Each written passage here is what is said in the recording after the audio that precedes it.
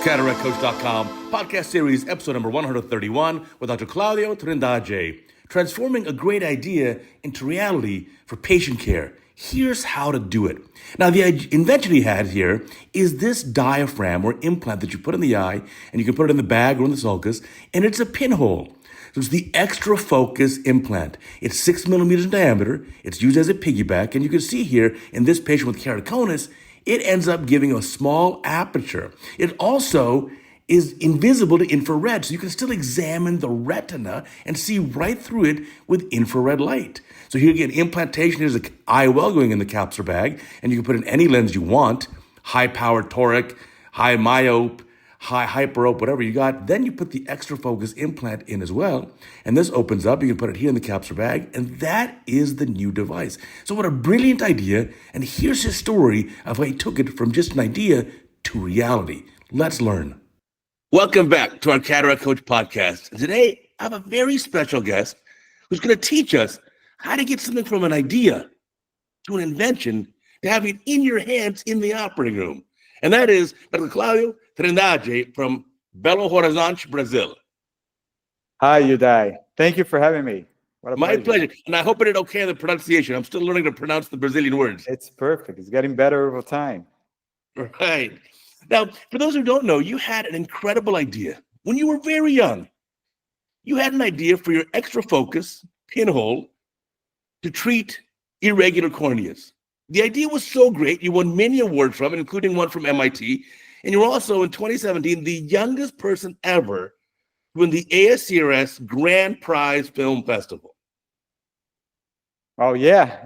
That's a very interesting story, I guess. Yeah. Tell me about it. One that I'm very enthusiastic about. I think that I enjoy talking about this because when I first thought about it, it was just an idea. And now, 12 years later, it's been quite a journey and a very interesting one. One of many a lot of learning from it, and we gathered a lot of data over these 12 years.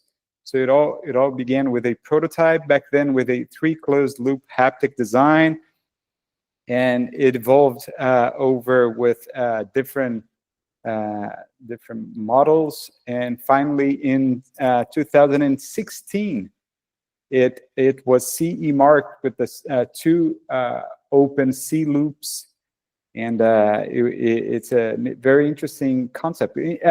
Let me just go over the basic basic design, and it's a diaphragm. It's a pinhole. It's an intraocular pinhole diaphragm. It's not really a lens because it has no refractive power. It's just a black implant made of a foldable black acrylic, which has a very interesting feature that I'll keep for later, of being transparent to infrared.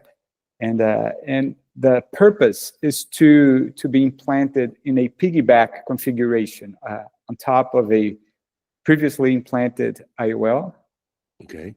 And it's supposed to neutralize, to mitigate the impact of corneal irregularities in the in the optical system. So the main indications here we're talking about is keratoconus, post-RK, post-PK, and some other topographic imperfections. Like trauma, irregular cornea from a trauma. Exactly, pterygium, corneal laceration, and especially in those patients with a large pupil. Right. Because, and sometimes corneal trauma is followed by iris trauma. So that's a terrible combination of a irregular cornea with a large pupil. Right. Because I see the pupil somewhat as a missing element in all the discussions we have. Usually, when we're talking about irregular cornea, the pupil size is left aside. People don't really care about pupil, as if everyone had the same diameter, which is not true. We're used to examine under very bright conditions, so usually most pupils will look the same, very constricted. Right. But in real life, it's not like that.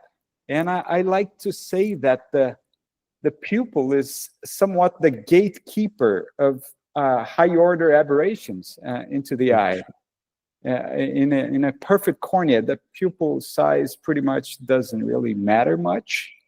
But once we have a topographic imperfection, pupil size does matter a lot. And the worst combination is to have a bad topography with a large pupil. So those are pretty much, so the extra focus was pretty much designed for that group of patients, not presbyopia, not the holy grail of ophthalmology, like the IC8 was pretty much developed towards the treatment of presbyopia in general, or pseudophakic presbyopia, if you call it. But we always had this patient in mind, those with irregular corneas, which are pretty much with very few options. Right. Especially like sometimes here in the US we'll say, well, it's a very bad irregular cornea, do a cornea transplant. But around the world, you don't have access to this much donor tissue. And so sometimes you may not have follow-up of those patients. You can do a cornea transplant, and in a few years, it's already failed. Yes, yeah, it's not, yeah, it's definitely not a perfect solution. Sometimes Right. it's the only way to go. But we have a whole. I don't even think it's a niche now anymore, because it's it's a large group of patients with bad corneas, but corneas that might not be too bad for a cornea graft. And Right. I'd say that they're mostly stuck to rigid contacts, and some of those patients really can't do it, can't wear them. Yeah, Sure. yeah. So it's So when you had the idea, what year was that? that was in 13. So Back, this blows my mind how you can get an idea in 2013. 3 yeah. years later, in 2016, European CE marked. That's amazing. I could never do that. Well, yeah. I never thought it would go that way either. I mean, I thought it would be in fact, it was a very straightforward journey, because I'd say that mostly because these patients have very few options, and Right. so it was really trying to hit an unmet need that was really there, and still is, in my opinion. And so we learned a lot from the start. And I'd say that the key here is trying to find the ideal patient. Right. Ideal patient, because one of the, and I like to talk about the pitfalls, because that's mostly where people get in trouble here.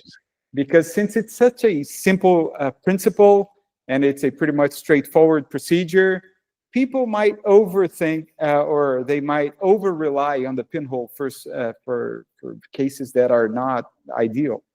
So the ideal candidate here are those with a bad corneas, but still somewhat reasonable optical quality. So maybe a lot of higher aberrations, but no big opacity in the cornea. Exactly. Now, opacities are out of questions. In fact, Right. if there's any central opacity, that's not going to work with the pinhole. But the point here, a tricky point, those patients with mild central corneal opacities, they'll still have a good pinhole acuity test beforehand. So if you place a pinhole occluder for those patients, they will report improvement. And you will think that by having an intraocular pinhole, the result will be the same. And it's not. You're going to be, you're not going to enjoy the result for that. Now, what's the diameter of the opening of the extra focus? The extra focus has a 1.3 millimeter, which How do you choose this? How do you choose 1.3? We went on that was basically bench testing. Okay.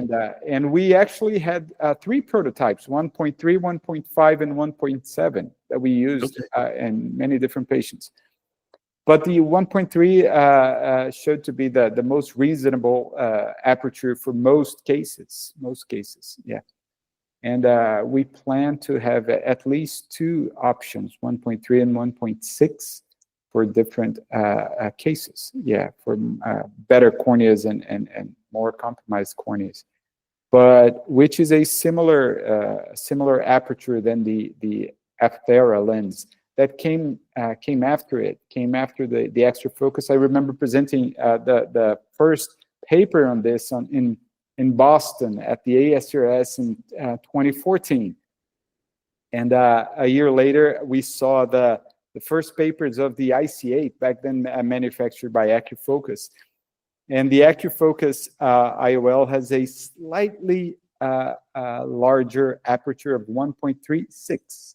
So it's actually 60 micron large, pretty much the same concept. And it might be interesting to maybe go over the main differences between the IC8 and the extra focus. What do you think? Sure. But I have a question too. You have this brilliant idea. You work so hard on it. You make your whole PhD thesis about this one topic. You get worldwide recognition, win these big prizes, and then it seems like someone kind of borrowed your idea. That's kind of what it looks like from the outside perspective. I don't know much, but it's like, it's a little strange. Well, I guess the first thing I appreciate your words there, and I think that even before we start diving into that, it's important to give credit to those that came even before. So it's a very ancient principle, and back in the 60s, the famous Dr. Peter Choice presented a pinhole intraocular lens back in the 60s that was made by Rayner back then. So it is important to do credit. It used to be a PMMA lens with large incision, and it never really took off. But it's interesting to see a company stepping right over this previous work, and pretty much this not really mentioning the different aspects of both implants. Sure. Although they're very similar, they do share some differences that I believe they're very, very important. And tell us about those. Yeah, I'd say that the first thing is the IC8 is a lens, not a diaphragm. So it's an IOL with refractive power, and it was developed, as I mentioned, with the purpose of treating presbyopia, which is the holy grail of ophthalmology. And in my view, this is absolutely out of question here with all the other more reliable options we have.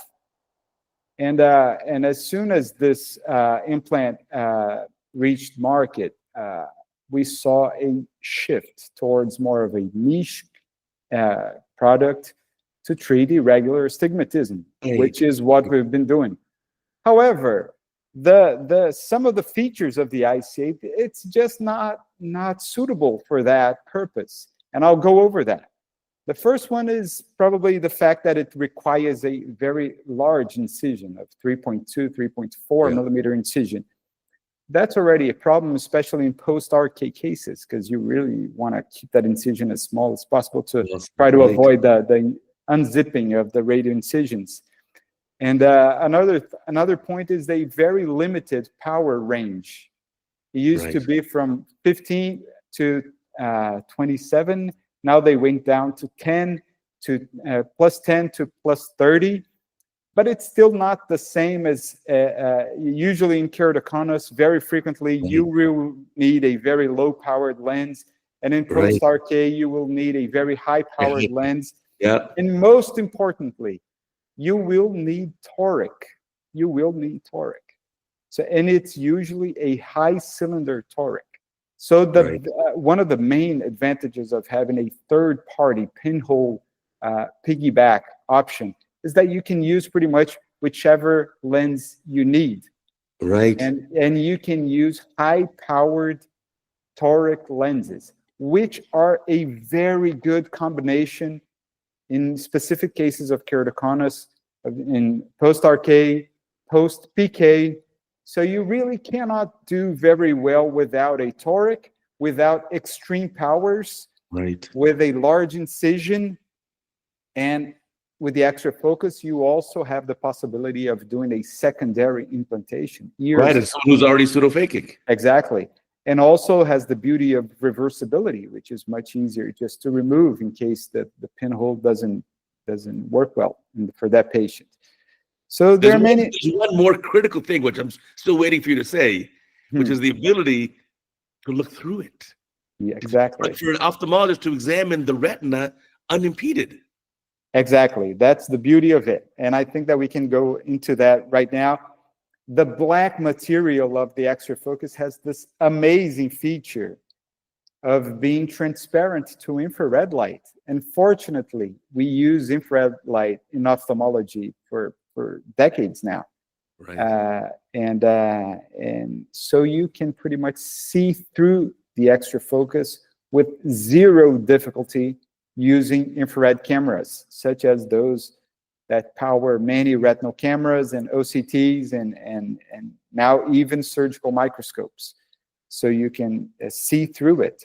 And the IC8 had a smaller mask, a smaller outside diameter of 3.2, as opposed to the 6 millimeter of the extra focus. Right.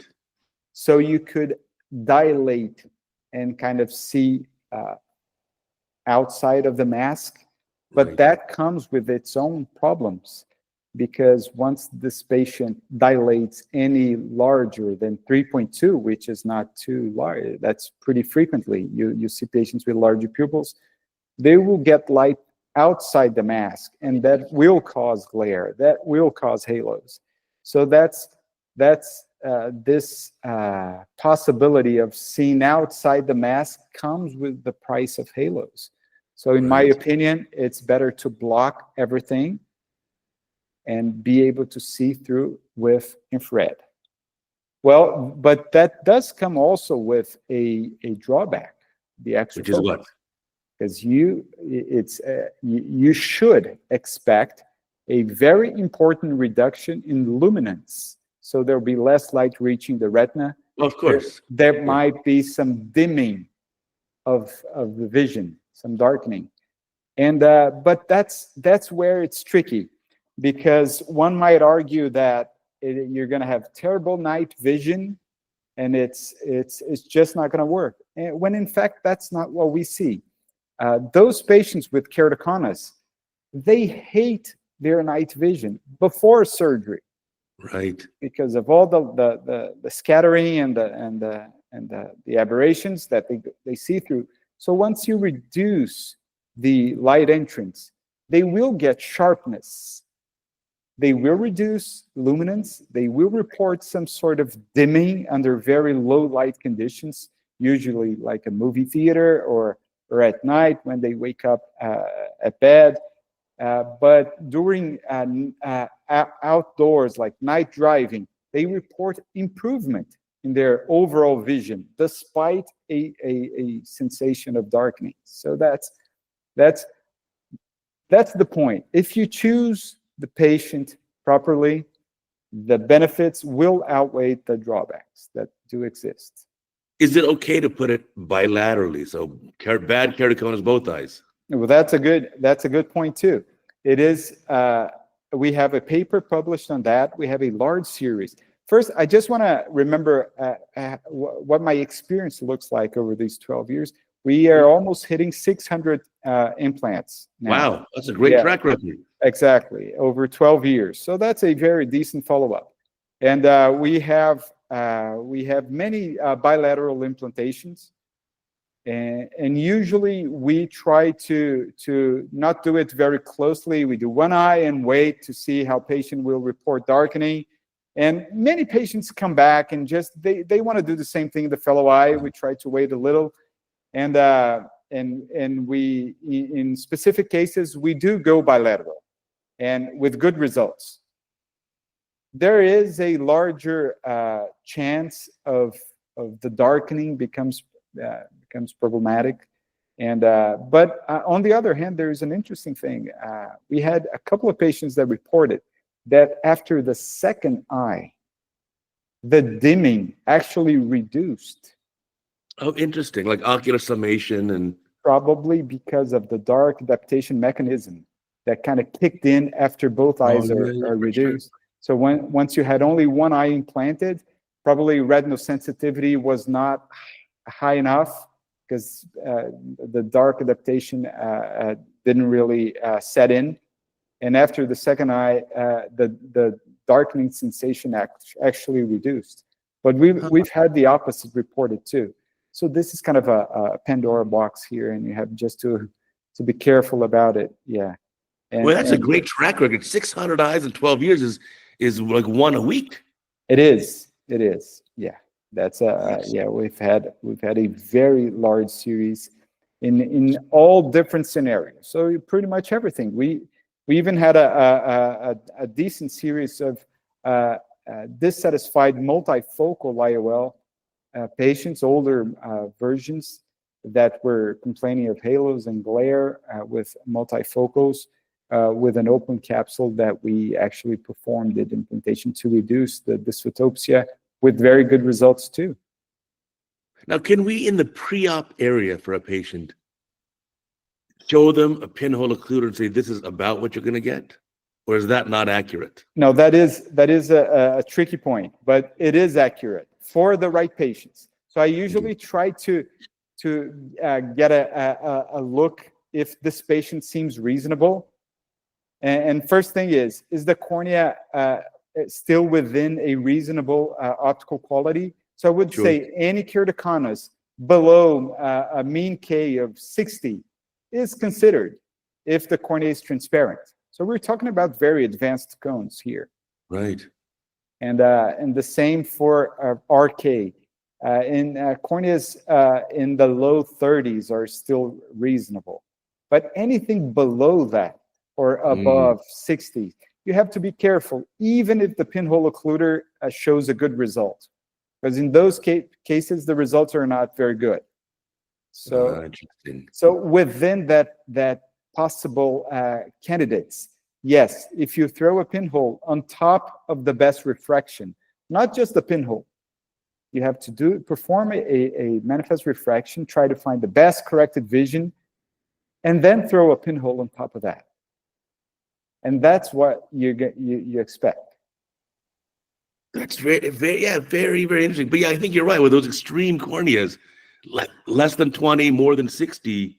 Yeah, it's going to be way, it'll be less predictable. Yeah, you have to be careful. But you can still find some good results outside that safety region.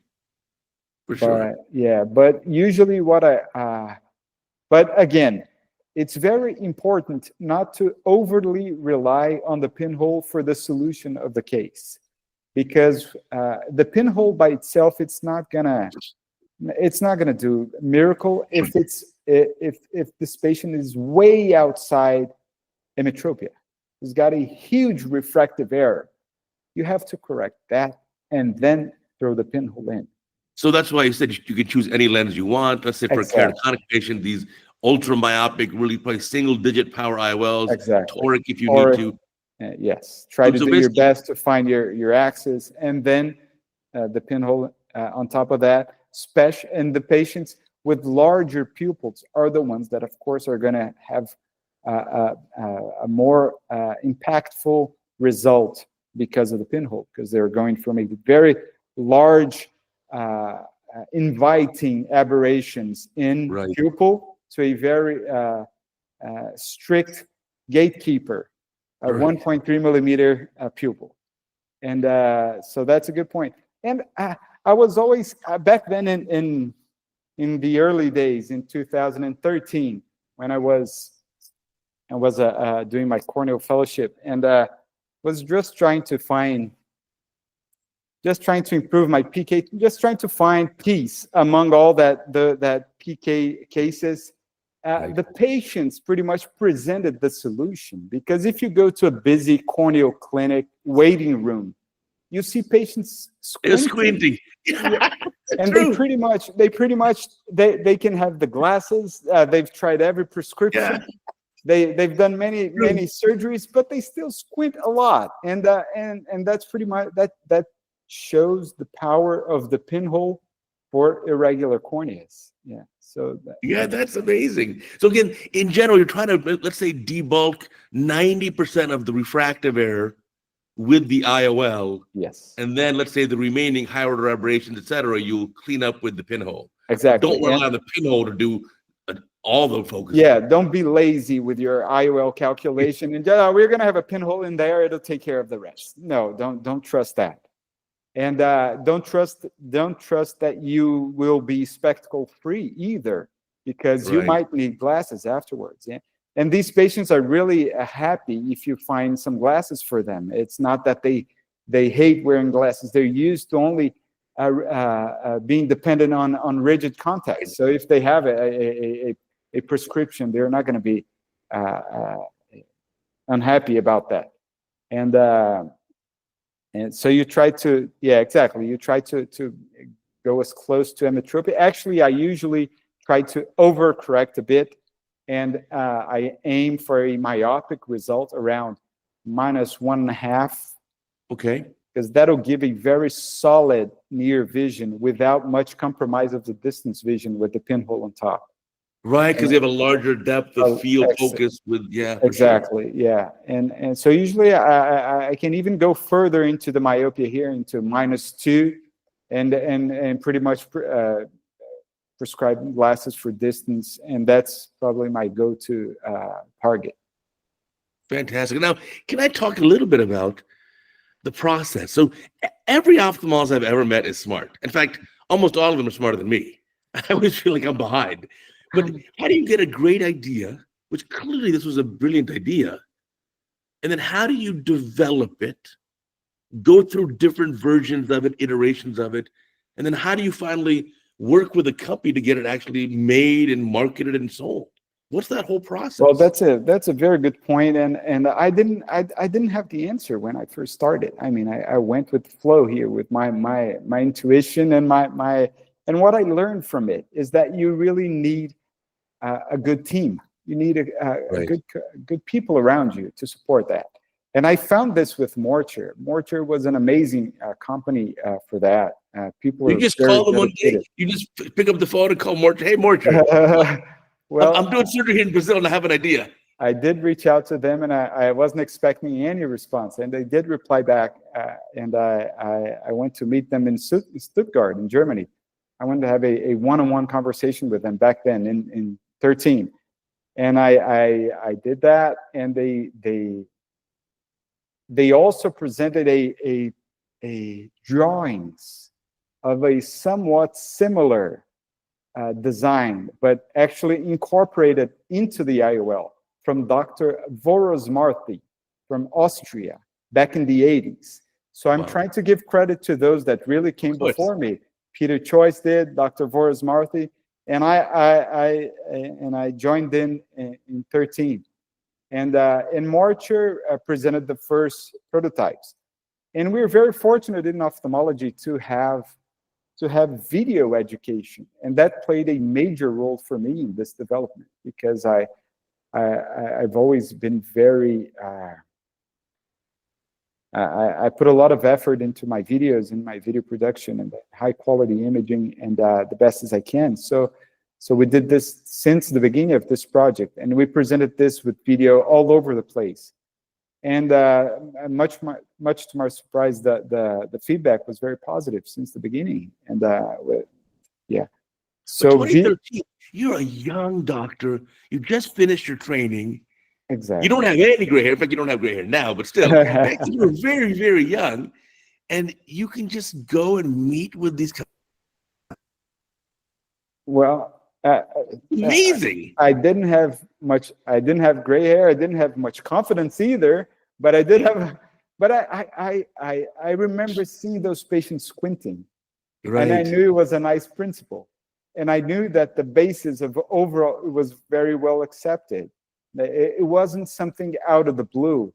It was a very ancient principle, and I think the idea has to be somewhat simple, and this is something that we can see in this development here, and I was very fortunate to have very good people around me, and I just want to thank and share my gratitude here to two doctors that really helped me along the way. One was Dr. Bob Osher, The Godfather. I who is love the him. Godfather, yes, of Yeah. all of us. He really jumped in since the beginning. And also Dr. Mike Snyder, who is a genius, absolute genius. And I was very fortunate to be around them and to hear their feedback, which was precise, clever, and very well thought. And and I guess I just kept trying to do my best, and especially in regards to patient selection. I mean, I talked to patient, I tried to extract as much data as I could. I was very determined in the examination, trying to find the right patient. And if I can summarize that, it's those patients with a reasonably distorted corneas, especially keratoconus. The best result are those in patients with keratoconus. And a large pupil, those are the ones that really benefit from it. So we have, which is pretty common, because with keratoconus, at least the ones I see, they tend to be younger patients. Exactly. And they tend to have larger pupils. Larger pupils, exactly. Yeah. I'd say that the bulk of irregular stigmatism, no doubt, is keratoconus. Post-RK, post-PK, and other sources are important too, but the bulk of it is keratoconus. But one problem is they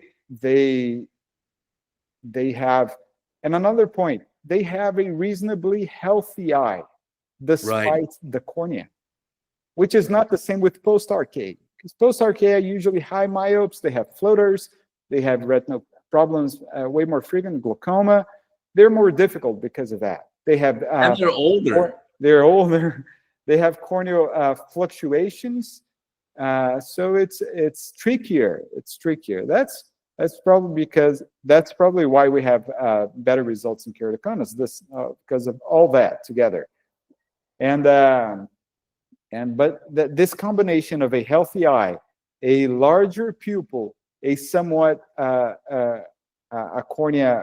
a steep cornea, it really gives a very good result with this combination. The problem is there is a problem. Those patients are young. Those patients are young, and they have usually very normal lenses, crystalline lenses. So it's a big problem, because you don't want to touch those lenses. Right.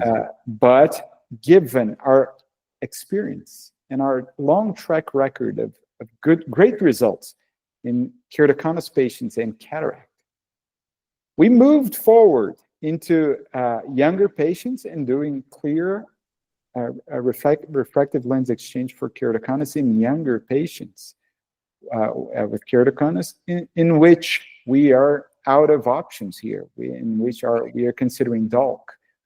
Usually we've tried doing something in the cornea, either cross-linking synthetic intracerebral segments, and now CARES. We have a large experience with all of that too. And some of the patients still requires contacts after all of that. So so it's either DALK or this. So this is a good option. So I think it's an important point. These keratoconic patients, then, you've already done something to try to stabilize the cornea. Exactly. So you've not only stabilize, trying to improve the cornea. Of course. And despite all the improvement in corneal reshaping with CARES, and it's still there's still limitations to that. You're still going to have a regular cornea at the end. And we usually try to improve the cornea. Of course, it has to be a stable keratoconus, and you're still going to have a very large group of patients that still require contacts after all of that. In those cases, those patients that really can't tolerate contacts, they might do very well with a refractive lens exchange, low-powered, maybe high-seal toric IOL, and the extra focus on top of that. Yes. Well, the nice part too of the extra focus is that you can undo it. It's just sitting there in the sulcus. It's easy to implant it, easy to explant it. And a good point here.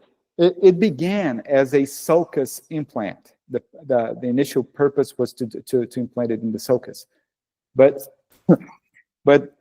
we actually now, whenever possible, we try to implant it together with the IOL inside the capsular bag. Oh, interesting. And that's for the sake of having better centration and overall stability. And one obvious question is there any risk of interlenticular opacification with 2 implants inside the capsular bag? And the answer here is no. We've published this. It's very easy to see that there's no interlenticular using an infrared camera. And the reason for that is because there's a space between both implants, and the pinhole allows some aqueous circulation there that will prevent any interlenticular membranes to grow. And so whenever possible, we try to implant it inside the capsular bag together with the IOL. And it's a very versatile design because it is a larger diameter, 14 millimeter implant, but it goes very well together with the IOL inside the capsular bag with its longer haptics. They fold in, and it works really well inside the capsular bag too. So it's very versatile in that sense that it can go either inside the capsular bag or in the sulcus. And this is very important because it's of course, we know with sulcus lenses, they tend to disintegrate way more than in the bag implantation. So yes, whenever possible, we try to use it inside the capsule bag. That's fantastic. So how many different designs or iterations did you have? So you made the first one, and then you made another one. It keeps kind of evolving. How many designs until you have the final product? Well, I was happy with this. I suggested this current design back in 2013. But Mortar was reluctant, and they wanted to do a 3 closed loop design, and we went with it. And it looked really cool. It looked like a boomerang out of a sci-fi movie, but it wasn't very gentle for the eye as a 2 open loop. So we went through pretty much 4 or 5 iterations and 3 opening diameters, and we actually. We had a 6 millimeter occlusive zone and a 4.5 millimeter occlusive zone for this for the purpose of trying to examine the retinal periphery with indirect ophthalmoscopy, and with this 4.5, which proved to be kind of useless in that regard. It's better to go with the 6 millimeter. And ideally have 2 or 3 ideal aperture sizes there. That's what we are sitting. How did you find the special black material that with visible light it's black and totally opaque, but when infrared light goes right through it and you can see it turns invisible? I didn't even know this material existed. Exactly. I have a background in photography too. And I was into infrared photography, which I'm not sure if you're aware of. I'm not familiar. You'll see some landscapes with some white trees. That's usually infrared photography. And this is not. And but in infrared photography, you have a black filter, which is black. If you look at it, it's black, but infrared light is going through it. So I wanted to pretty much use that same concept in an implant. And Mortar, which has a very long track record of excellence in materials, developed that, and it was very perfect in the development of that. And that's kept under top. And yes, it's really a neat idea. It really is. It's quite. We had a video on here from Bruno maybe a year ago, and he had a video where a very complicated patient, and he put it in there, and then he showed examining the retina. I was like, wow, I just couldn't believe that. It was as if it wasn't there. Yeah, and you can see the toric marks behind the implant too. And you can use an autorefractor for that. Any equipment with an infrared retro image, usually autorefractors will do it, OCTs will do it, retinal cameras will have it. You can see through it, which is it's a very neat feature. That's a very. So if I have an ophthalmologist who's listening to this, a young ophthalmologist who has a great idea, how do they take this idea and further develop it and Well, see if it's appropriate to make a product? one point that I think is you have to keep, or at least that the mindset that I used in this, you have to keep your expectations down, and and don't really think that this is going to hit and it's going to be a big. No, the expectation is the mother of all anxiety and of all. So if you maybe a more laid back approach to that, and just to go with the first steps and see if you can go past the first steps and maybe reach a prototype, and then from there you can, and you have to be humble to see that you might you have to rethink your attitude and have a very critical mindset to what you're thinking, because you're going to have a bias. There is a confirmation bias. There's a confirmation, which is very important in aviation. That's where pilots kind of, they see things that feed they kind of read the same information, but they already have a conclusion in mind. And he's pretty much going to find the numbers that kind of justify his thinking. And that's really easy to get to see when you're developing something. You're going to try to prove your idea is right.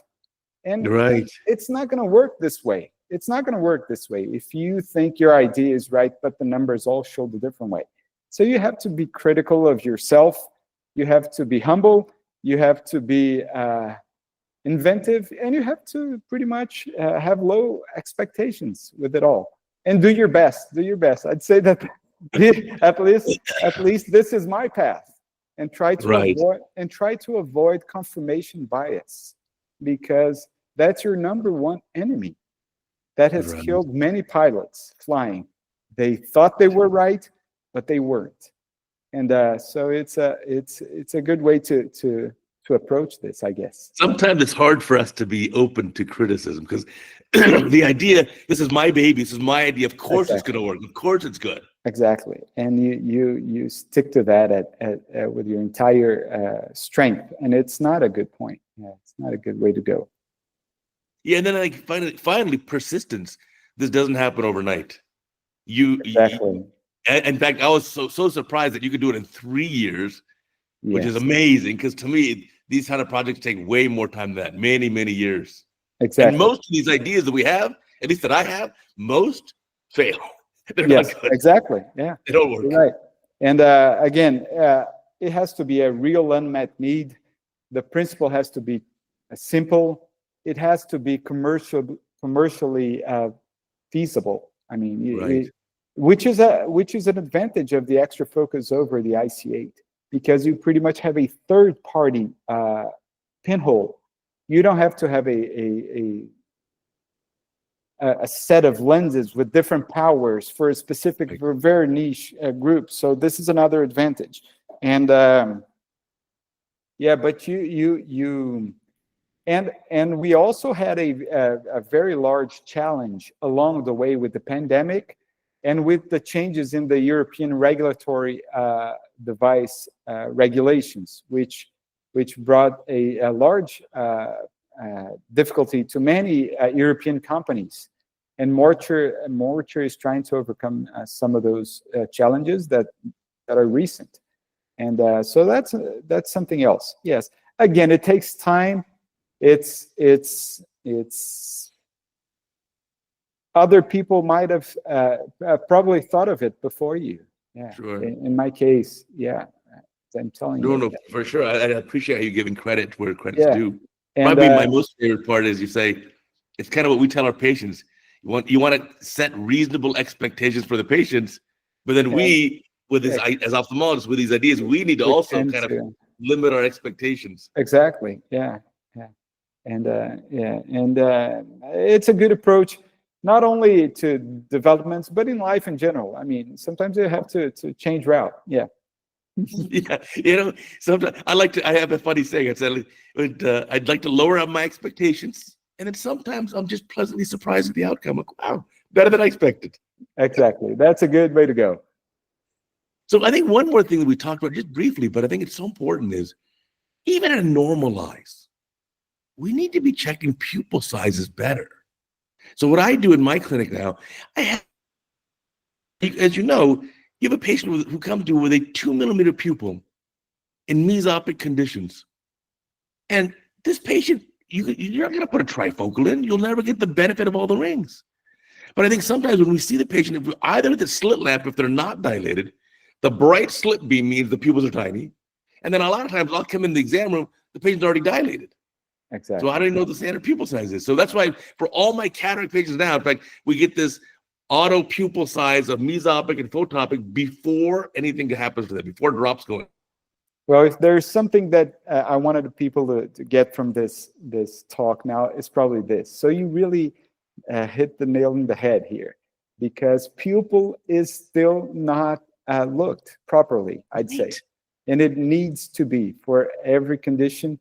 And I'd say that a good way to go, a very practical way, that at least the way I do it usually, I pretty much I just turn the slit lamp off, and just with the office lights, you can get a really easy way of doing this on the go without any equipment. Right. You get at least a superficial number for that pupil. And but it's, of course, in pseudophakia, if you have a small pupil, you have to. I've heard that senile meiosis is probably the only benefit of aging. Well, because you have to counteract. Exactly. You got to counteract the loss of accommodation. Yes, you have to take advantage of that, and it's still very overlooked. Yeah, I think it became so important when I was noticing patients that I put in, let's say, like one of these new extended up the focus lens, like a Vivity, where there's a central 2 millimeter increased power, and the patient, you aim for plano, they end up myopic. Well, their pupils were small to begin with, and that extra power zone means they're going to shift myopic. So now I know those patients, if I put that lens in, I better aim a little hyper, aim plus a half to nail plano. I've watched that episode of yours of pupil size multiple times, and I really recommend for everyone that's listening and watching to go back there and see that, because that's brilliant. You really. Well, you only realize it after, like, wait a minute, why are these patients all ending up myopic? Yes. Yeah. Yeah. So, and it's usually you realize later. You probably regret not examining before. Why didn't I just check that pupil before? And it's very common not to do it, or not to give importance to that. Right. I think for me, a common one in my clinic is you got a pretty elderly patient, 80 years old plus, and they have this natural senile meiosis. So in the room talking to you, even in mesopic conditions, they are 2 millimeter pupils.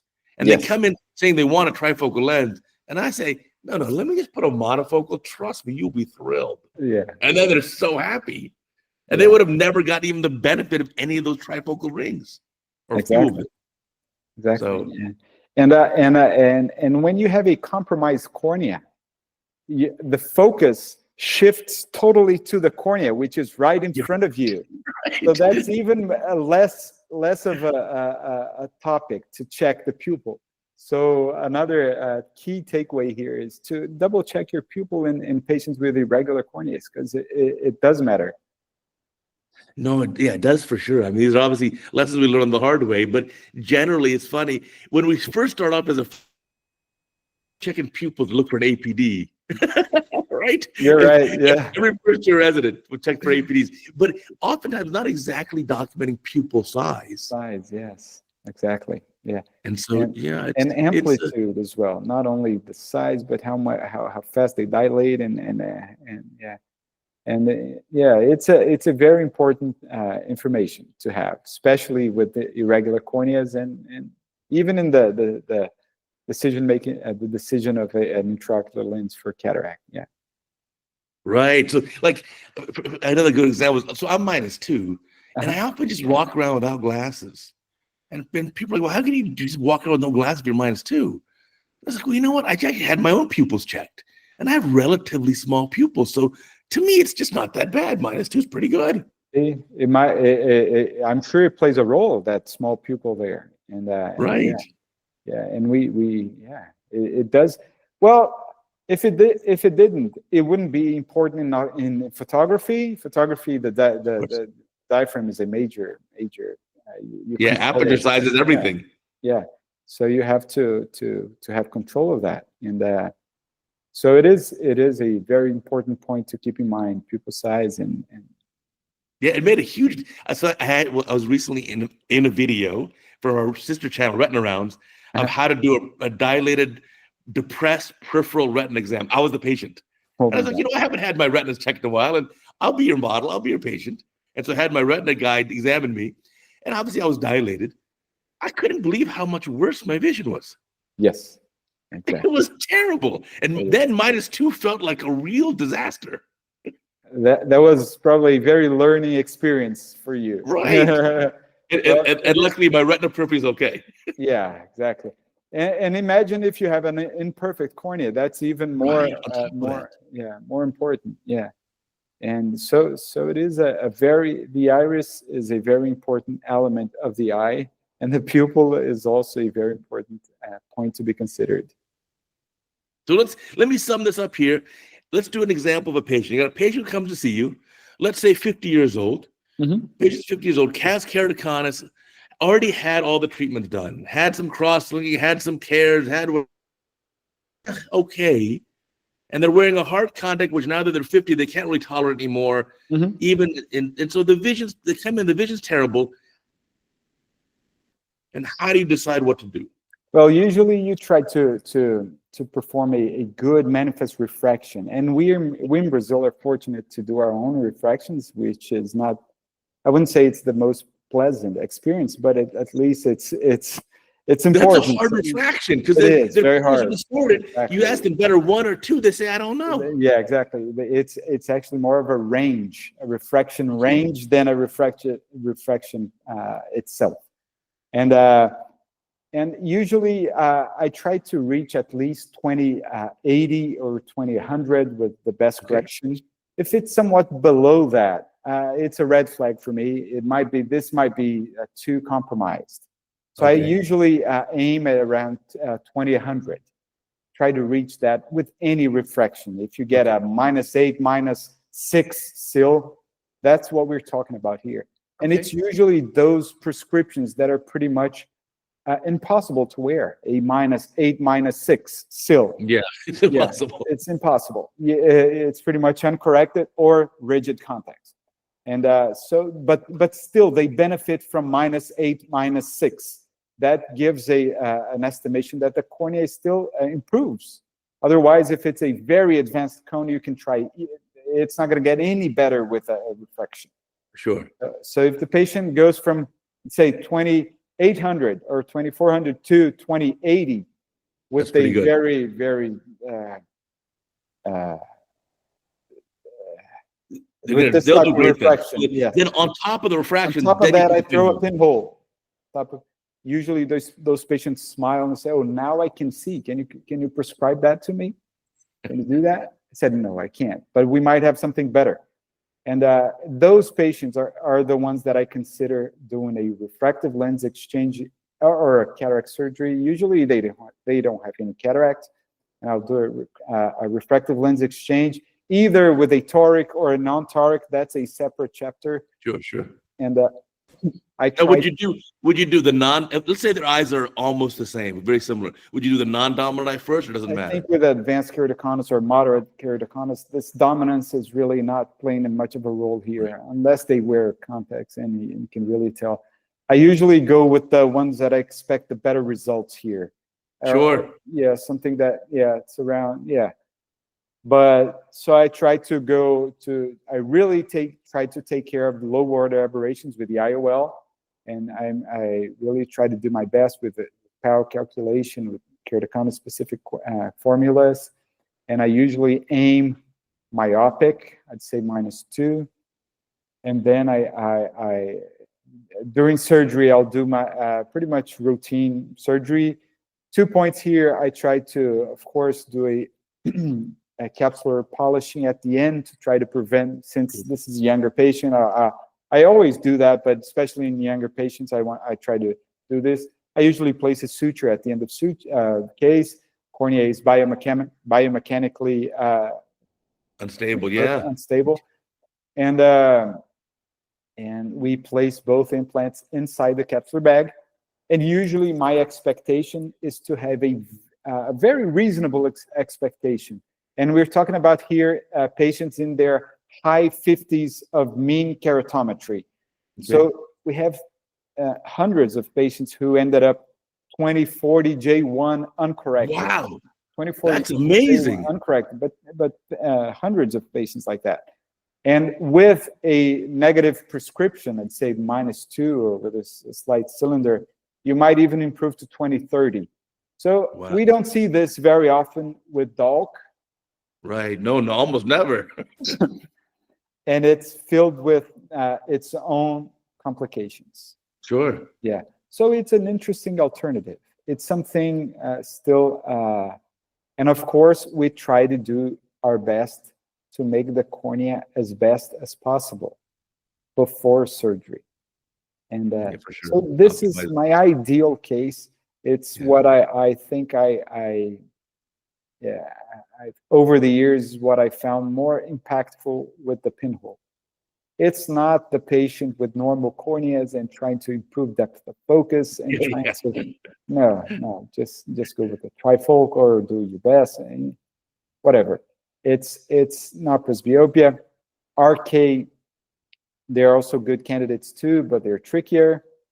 But in keratoconus, eyes are healthier, eyes are shorter, right? Retinas are better, and they usually do very well. Of course, you have to have a retinal partner near you to give a green flag for that. For sure. And take care of take care of retinal issues beforehand if there is any, and to assess the risk benefit here. Now, when are we gonna have this access in the U.S.? You actually have access in the U.S. and right now, yeah. But as a compassionate use device. CDE, compassionate device exemption. Yeah. It does take a lot of work to fill all the paperwork, and I'm not sure when it's going to be FDA registered for, but as I mentioned, Mortar is trying to overcome some of the regulatory issues that arise in the past few years. And it should reach the U.S. sometime in the future. I don't know when. Awesome. Well, like you said, just keep reasonable expectations. Avoid confirmation bias. I'd say that this is the main thing. Don't examine yourself. Not only the patient, but examine yourself and your own biases. No, that's for sure. That's a great point. Well, I want to thank you. I can't believe we've been talking for an hour already. Time flies when you're having fun. That was amazing. So we're going to put a link down below for your implant, also your website.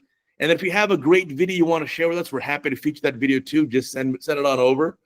And again, I want to thank you so much. This has been a lot of fun. Thank you, Uday. You're amazing, amazing reference for all of us. We're all learning from each other. That's the best part. And if you're a young ophthalmologist out there listening and you have a great idea, run with it. Do it.